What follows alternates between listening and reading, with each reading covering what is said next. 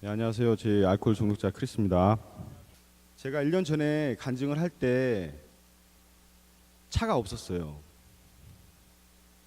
그리고 그 전에 한 6개월 정도 제가 계속 걸어 다녔고, 버스 타고 다니고, 직장 다닐 때 자전거도 타고 다니고, 우버도 타고 다니고, 아마 저기 산 증인이 저기 우리 친구 그 동엽이가 잘 아는데, 지금 한 10개월 정도 이제 지났는데 제가 차가 지금 3대가 있어요. 그것도 직장을 다니게 되면서 차가 꼭 필요할 시기에 차가 생겼고, 그 다음에 그걸로 하다가 어느 날 갑자기 제가 한 작년 여름에 굉장히 많이 더웠었는데 너무 더워가지고 에어컨이 이제 차가 에어컨이 안 됐어요. 직장 갈 때 막 너무 젖고 등이 항상 젖고 그래서 제가 하나님께 하나님 저 이제 좀 업데이트 좀 해주시면 안 되나요 하는 기도를 드렸었거든요. 근데 몇 개월 전에 2달 전에 아시는 분이 지인이 연락이 와가지고 잠깐 보자기에서 갔더니 전에 한번 제 차를 한번 타셨었거든요. 근데 차가 타고 다니는 게 이제 필요가 없게 됐다고. 그러면서 이 차는 에어컨은 너무 빵빵하게 잘 나온다고 하면서 아무 저것도 바라지 않으시고 차를 주셨어요. 그래서 타보니까 에어컨이 너무 시원하고, 그래서 제가 기도를 드렸던 부분에 참 제 생각으로 세상적인 생각으로 했을 때는 차가 2대가 있으면 페이먼도 있을 것이고 저한테 좀 부담이 되고 하는 부분도 있을 텐데 페이먼이 전혀 없어요. 페이오프가 다 돼 있는 차를 제가 2대를 가지고 있고, 그 다음에 지금은 이제 차를 한 달에 한 번씩 새 차를 계속해서 타고 다니고 있어요. 차를 주고 그 차를 가지고 움직이면서 돈 벌어라 하는 그런 프로그램이 어느 이제 대기업에서 이렇게 생겼더라고요. 그래서 간증 준비하면서 참 그런 부분 생각도 못했었는데, 와 정말 에어컨 있는 차 업데이트 좀 해주시라고 하니까 진짜 페이먼 없이 차를 또 주셨고, 그 전에 또 차가 있었고, 지금은 돈도 벌면서 렌트비도 그 회사에서 내주고 돈도 벌고 차는 3대고 2차 타고 싶으면 2차 타고 너무 너무 멋있으신 하나님이신 것 같아요. 그 부분을 모르고 제가 해보려고 하고 그랬던 부분들이 좀 있었던 거를 참 깨닫게 돼서 뭐 감사 외에는 이 말이 참 부족한 것 같아요. 감사의 표현을 하나님께 올려드린다라는 게. 그래서 그런 저의 개인적인 좀 기적과도 같은 일이 있어서 그 부분 좀 말씀을 드리고 간증을 시작을 하겠습니다. 하나님 아버지, 벌써 제가 5년이 됐습니다. 처음에 하나님 심정도 정말 모르고 하나님을 원망하는 마음을 갖고 이 길갈 모임에 참석했던 그 시간,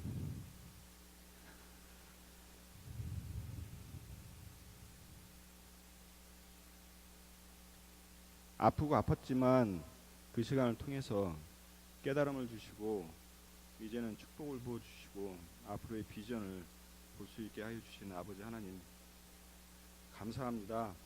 감사합니다. 이 간증을 통하여서 여기에 계시는 분들 하나하나 영적으로 또 마음적으로 육체적으로 힘들어하시는 분들이 있으면 하나님 아버지께서 만져주셔서 깨닫게 하는 그 시간이 될 수 있도록 주님 인도하여 주시옵시고, 이 모든 영광을 아버지 하나님께 올려드리기를 간절히 소망하오며 모든 말씀 우리 주 예수 그리스도 이름 받들어 기도드리옵니다. 아멘. 술로 인해서 내 생활은 어떠했었는지에 대해서 말씀드리고자 합니다. 저는 비즈니스를 하시는 아버지, 술을 한 방울도 입에 대지 못하시는 어머니, 착하고 순한 형님, 그리고 사랑하는 여동생 사이에 둘째로 태어났습니다. 술을 많이 좋아하셨던 아버지는 이따금씩 술로 인해 실수를 하셨고, 그 모습이 보기 싫어 무섭고 두려움에 떨었던 수줍음에 무척 많았던 시절이 있었습니다. 너무도 내성적인 성격, 사람들 앞에선 말도 못하는 너무나 어리숙한 초등학생 시절이 있었습니다. 난생 처음 접한 술이 중학교 때부터 폭력으로 이어졌고, 잦은 싸움과 술을 먹기 전과 후가 판이하게 달라지는, 마치 헐크처럼 변하는, 그것만 먹으면 미친 개로 변하는 블랙아웃을 수도 없이 경험하며, 남자는 어느 정도, 아니 술 마시면 실수를 해도 어느 정도 이해를 해주는 그런 분위기에 사로잡혀 살았습니다. 여러 사고들이 많았었지만 간략하게 설명한다면, 술을 마시고 아버지께 불만을 나타내기 위해 아버지 회사에 있는 차들을 벽돌로 찍고 부수었던 일, 밤늦게 우리 집이 아닌 옆집으로 들어가 도둑으로 몰렸던 일, 의형제 맺는다고 깨진 술병으로 팔에 그어 병원에 갔던 일, 십자 드라이버로 어떤 아저씨 머리에 꽂아버렸던 일, 음주 사고 후 경찰 때리고 숨어 다녔던 일 등, 친형님은 내 동생이 죽었으면 하고 기도했던 아주 끔찍한 일, 이로 말할 수 없는 망나니 같은 어리석었던 시절이 있었습니다. 이후 미국에까지 와서 DUI로 신호등 3개를 넘어뜨렸던 일, 눈을 떠보니 어느 흑인 여자와 같이 모텔에 누워 있었던 일 등, 술을 좋아하면서도 술을 끊어보려고 1000번을 넘게 시도했던, 술의 도수를 약한 걸로 바꾸어도 보고 각서도 써보고, 때론 접대를 할 때 잠깐 화장실에 가서 기도했던 기억도 있었습니다. 그때 당시도 술이 문제가 있었음을 알고 있었지만 술 중독자는 아니라고 인정하지도 않고 나는 술을 조절할 수 있다고 생각했습니다. 어느덧 결혼을 하고 셋 아이의 아빠가 되었지만 이따금씩 아이들 엄마와 다툼이 있었고, 어느 날인가 생각도 못했던 일이 발생하고서야 알게 되었습니다. 술이 정말 문제구나. 그것을 깨닫게 되었을 때 이미 늦었구나를 또한 알게 되었습니다. 솔직히 아이들이 하나둘씩 늘어가면서 저의 술버릇은 점점 사라져갔고 술 먹는 횟수도 줄어들었습니다. 하지만 이미 예정되었던 것 같은 깨달음 또한 알게 되었습니다. 이상은 길갈 미션을 통해서 깨닫게 된 것들에 대해서 말씀드리겠습니다. 처음 이곳에 왔을 땐 그냥 예방 주사 맞듯이 잠깐 들르면 고쳐지는 곳으로 알았습니다. 마치 감기 예방 주사처럼 쉽사리 치유가 되는 줄 알았습니다. 술만이, 오직 그것만이 끊어지면 모든 것이 치료가 되는 것으로 시작한 이 길갈 미션이 중독자라고 인정하면, 받아들이면 시작될 것이라 라는 조언으로 시작하게 된 것이 오늘날 이렇게 큰 축복인 줄을 알지 못하였습니다. 처음엔 중독자라고 해서 기분이 좋지 않을 때도 있었지만 이제는 중독자에서 다행이고 감사한 일이라고 감히 말씀드릴 수 있습니다. 다시 한번 중독자를 정의를 한다면 중독자는 술을 조절할 수 없는 자, 이것이 중독자인 것입니다. 다시 한번 말씀드리면 중독자는 술을 조절할 수 없는 자, 이것이 중독자인 것입니다. 또한 술 마시는 것만이 잘못된 것이 아닌 제 인성 자체가 되어 있지 않은 것을 알게 되었습니다. 술을 먹지 않고도 아무런 죄 의식 없이 너무도 합당하게 이웃들과 형제들, 사회 활동에서 이기적으로 행동해왔던 내 모습을 알 수 있게 되었습니다. 또한 교회를 다니고 있으면서도 그 안에서 사회에서 비즈니스 하는 것처럼 계산된 생각과 행동, 관계가 있었습니다. 시기와 질투, 조그만 허점이 보이면 비아냥거리고 속삭이고 편가르며 나보다 조금 없어 보이거나 잘 모르는 것 같으면 지적질하고 가르치려 하고 등 성경 말씀에서 자기 눈에 둘보가 껴 있는데 남의 눈에 티를 찾고 빼라고 말했던 지난 나의 행동을 알게 되었습니다. 그리고 장로님의 강의를 통해서 또한 빅북을 통해서 저의 상태를 확인하는 시간들이 있었습니다. 저의 상태는 중독은 중독인데 중증 알코올릭은 아닌 것 같고 아마도 조금 더 시간이 흘렀다면 완전히 길거리에 떠돌아다니는 홈리스로 갈 수 있었던 상태였음을 알게 되고 감사함을 알고 또한 복받은 자임을 알게 되었습니다.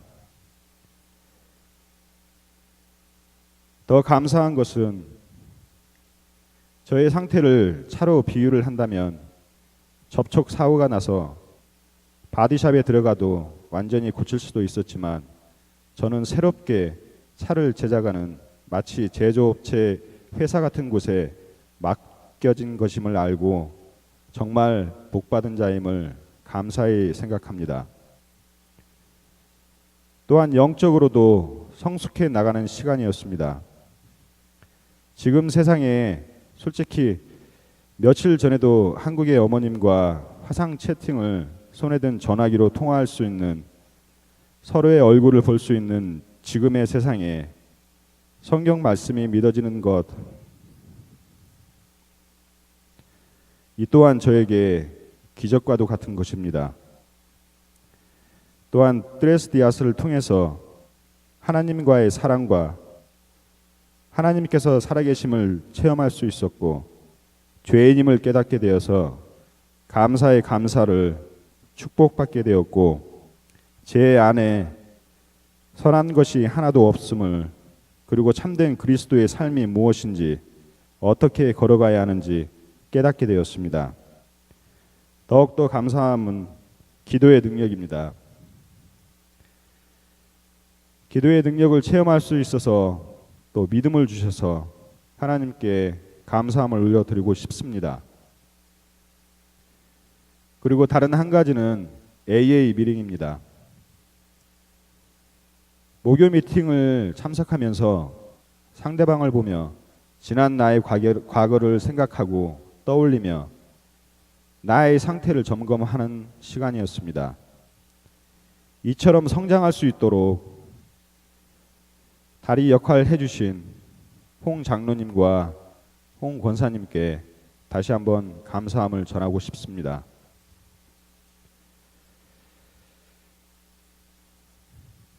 지금은 어떤 관점으로 살아가고 있는지에 대해서 말씀드리겠습니다.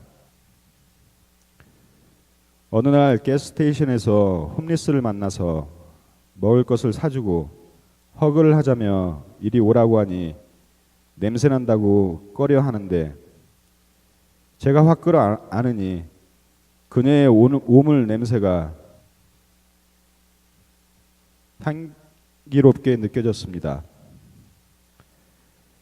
그녀가 고맙다며 내 볼에 키스를 해주는데 가슴이 설레임을 느꼈던 날이 있었습니다. 차에 타고 운전하는데 하염없는 눈물을 흘리며 하나님이 그녀의 심정을 아파하는 것을 느낄 수 있었습니다.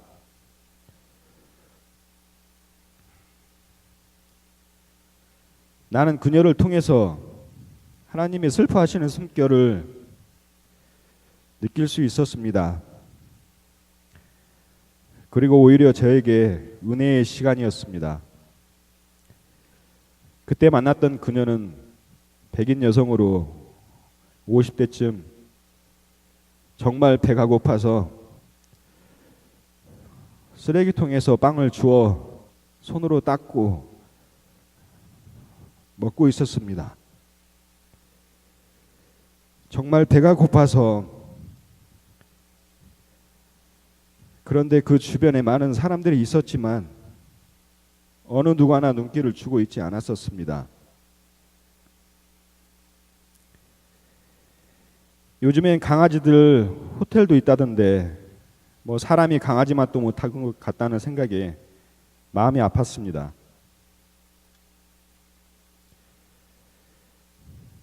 그리고 이 간증을 준비하면서 머릿속에 떠오르는 꼬마 아이가 생각났습니다.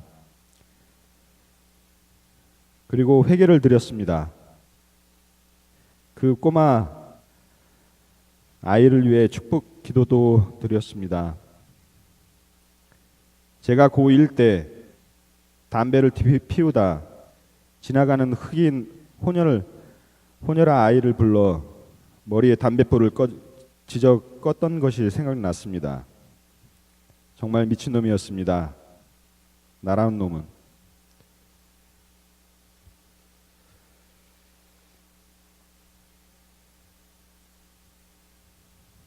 다음은 제목인데 똥인지 산인지 4년의 간증을 하면서 말했던 3년 동안 15번 이사, 13번 직장 옮김이 있었다고 했습니다. 5년 간증 준비하면서 깨닫게 되었습니다. 똥이라고 생각하고 피해왔던 것들이 저에겐 넘어야 할 산들이었다는 것을 알게 되었습니다. 어느 날 홍 장로님과 전화 통화를 했었습니다. 이유는 직장을 다니는 곳에 정말 말도 안 되는 이유로 나이도 새까맣게 어린 친구가 억지를 부리고 내 머리 위에서 놀아나고 있었습니다. 달래도 보고 이 방법 저 방법 심지어 그 친구를 위해서 기도도 드렸지만 나에겐 한계였습니다. 그래서 장로님과 연락이 되었습니다. 장로님 말씀이 그것을 기회로 삼으라는 말씀을 이해하지 못했습니다. 결국은 그 직장을 그만두게 되었습니다. 전 그때 그 친구는 나에게 똥인 줄 알았습니다. 더러워서 피한다는 생각으로 피했는데 결국은 그 친구는 나에게 넘어야 할 산이었습니다. 재수없는 똥이라고 피해왔던 13번의 직장을 옮길 때도 매번 시험이었었지만 난 이해하지 못했습니다. 지금 생각해보니 피하면 피할수록 더욱더 산은 높아져 저에게 왔던 것을 알게 되었습니다. 한 가지는 좋아졌습니다. 아직까지 집 이사는 4년 간증 이후로 한 번도 움직이지 않고 있습니다. 지극히도 정상적인 것인데 말이죠.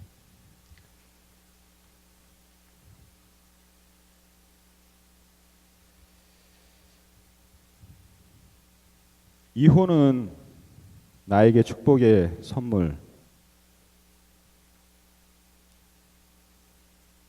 처음엔 정말 죽기보다 싫었습니다. 너무나 아프고 아팠고 정말 아팠습니다. 아프고 아프다 보니 아프게 한 것만을 원망했지만 그때가 하나님께서 저를 기다리고 계셨던 곳이라는 것을 이제야 알게 되었습니다.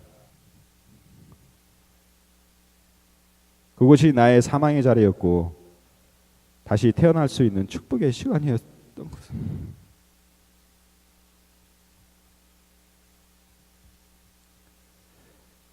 5년이 넘고서야 알게 되었습니다. 왜 미국에 오게 되었는지 이제야 이유를 찾게 되었습니다. 난 항상 의문이었습니다. 미치지 않고서는 나는 절대 미국에 올 수 없다는 것을. 아무도 없는 이곳에 20년이라는 세월 동안 어머님과 떨어져 살고 있습니다. 3개월 전에 한국에 다녀왔습니다. 어머님은 말씀하셨습니다. 아이들도 만나지 못하면서 왜 미국에만 살려고 하느냐고. 엄마는 이제 쉬고 싶다며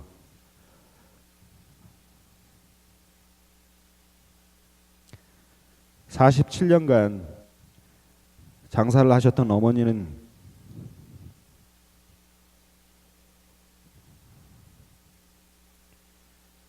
이제 지친다고, 너가 장사하고 이제 엄마랑 함께 살자고, 엄마가 앞으로 얼마나 살지도 모르니 이젠 엄마랑 같이 살자고. 집도 있고 사업터도 있고 차라리 한국에서 아이들에게 돈을 더 보내는 것이 도와주는 것 아니겠냐고 하시는 어머니. 하지만 아직 해야 할 일을 시작도 못하고 아직 시동도 걸어보지 못했다는, 조금만 시간을 주세요라며 미국에 다시 들어왔습니다.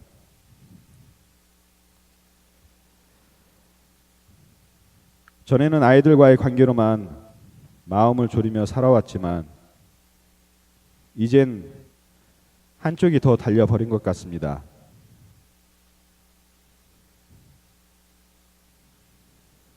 어머님은 같이 있자고 하시고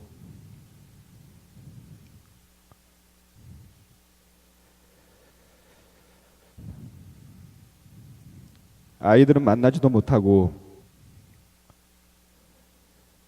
아이들 선물을 갖고 왔는데도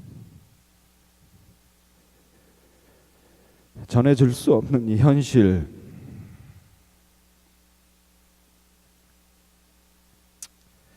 지금 저에게 또 하나의 근심이라는 것이 있습니다.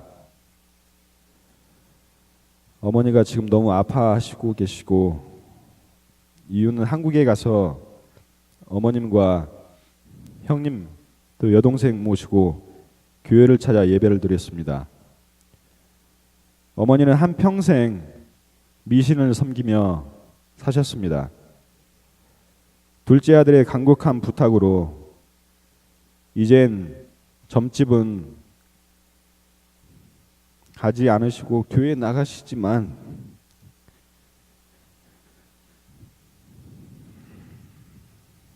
계속해서 아프기만 하시다니까 잠깐 후회를 해본 적도 있었습니다. 어머니가 아파하시는 걸 보면서 솔직히 마음이 너무 아프고 죄송합니다. 마음속으로 조금만 참으세요.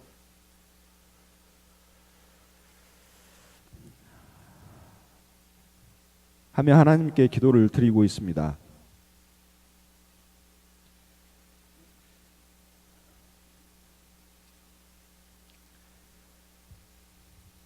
빨리 그날이 왔으면 좋겠습니다.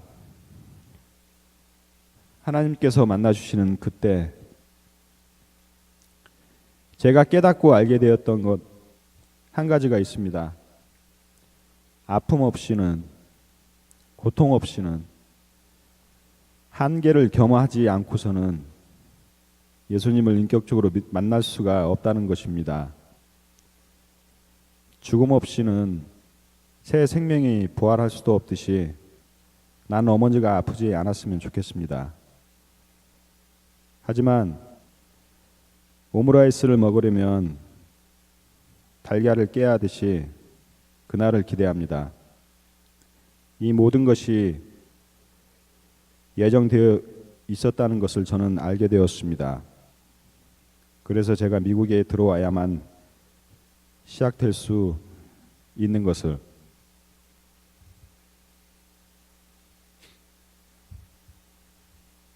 그리고 저는 아이들의 미래를 생각하면 밝아서 좋습니다.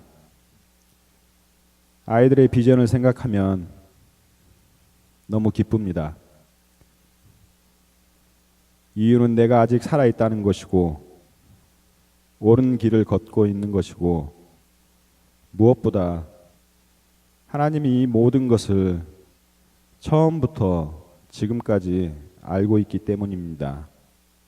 더 이상 아이들을 위해서 걱정하지 않습니다. 요즘은 너무도 신기합니다. 어지간해서는 걱정하지 않습니다. 마음의 유동도 없습니다. 이렇게 평안하기도 정말 어려운 것인데, 하지만 한 가지 아직 아픔이 내 안에 있는 것을 발견하게 되었습니다.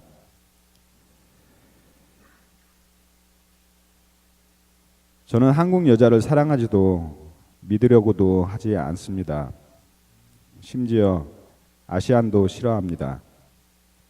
주제도 모르고 감히 조그만 아픔 따위로 모두를 싸잡아 생각하는 것은 잘못된 것임을 또한 깨닫습니다. 그래서 올해서부터는 이제 연애도 하려 합니다. 사랑도 하려 합니다. 노력할 것입니다. 내가 기뻐야 아이들도 기뻐하고 무엇보다도 나를 사랑해주고 싶습니다.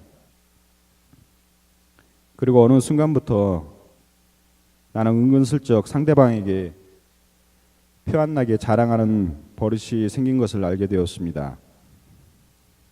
가령 요즘같이 교회에 차량 봉사를 하는데 술 먹지 않는다고 성경 말씀, 아침 저녁으로 기도 시간 등을 은근히 자랑하며 뽐내고 있는 것은 알게 되었습니다. 그리고 상대방을 가르치려는 겸손하지 못함이 언제든 튀어나오고 있는 것을 알고 있습니다. 그래서 장로님은 저에게 4단계를 계속해서 하라고 지시하시지만 아직까지 말을 듣지 않는 버릇은 고쳐지지 않은 것 같습니다.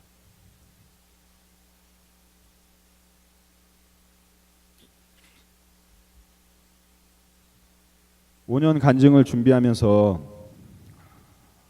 성경 말씀이 들어왔습니다. 창세기 50장 20절 말씀. 당신들은 나를 해하려 하였으나 하나님은 그것을 선으로 바꾸사 오늘과 같이 만민의 생명을 구원하게 하시려 하셨나니 전 그곳에 머물러 있었습니다. 그 사람이 왜 나에게 이렇게 했을까? 예상도 못했던 일, 정말 내가 원하지 않았던 왜 그랬을까만을 생각하며 나 자신을 괴롭게 했습니다. 누가 나를 괴롭게 했는가? 다름 아닌 내가 나를 해하고 있었던 것을 깨닫습니다. 마지막으로 차량 봉사를 하며 픽업을 하는 5분의 권사님들을 보면서 깨닫게 되는 부분이 있습니다. 어느 권사님은 예배 후 말씀이 너무 좋아, 너무 감사해 하시면서도 세상적인 일에 부딪히면 말씀으로 풀지 않고 세상적인 방법으로 푸시는 모습에 어느 날 그분께서 말씀하시는데 나는 무릎 수술을 몇 번 했는데 생각보다 너무 늦게 나왔어. 그래서 변호사를 알아보는데 혹시 잘 알고 있는 변호사 있냐고 물어보시는데 저는 잘 모른다고 했습니다. 이유를 물어보니 수하신다고.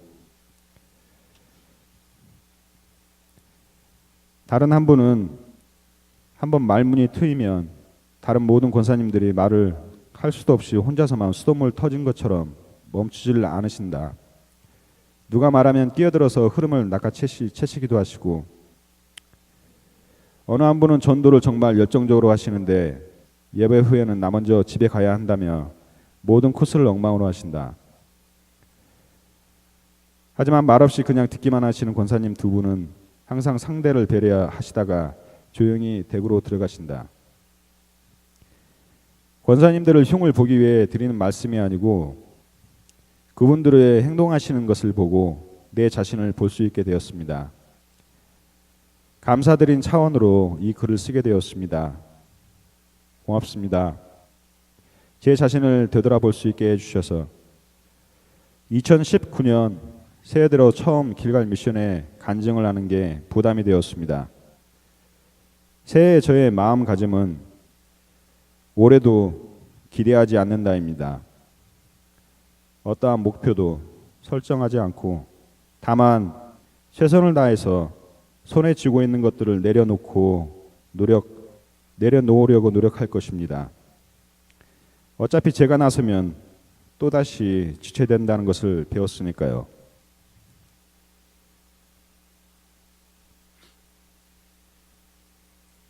우리의 환경이 힘들어도 어려워도 주님의 시간에 이뤄낼 일들을 기대하고 기다리며 하루하루만을 최선을 다하여 one day at a time 아버지 하나님께만 딱 붙어 있기로 작정합니다. 이상입니다.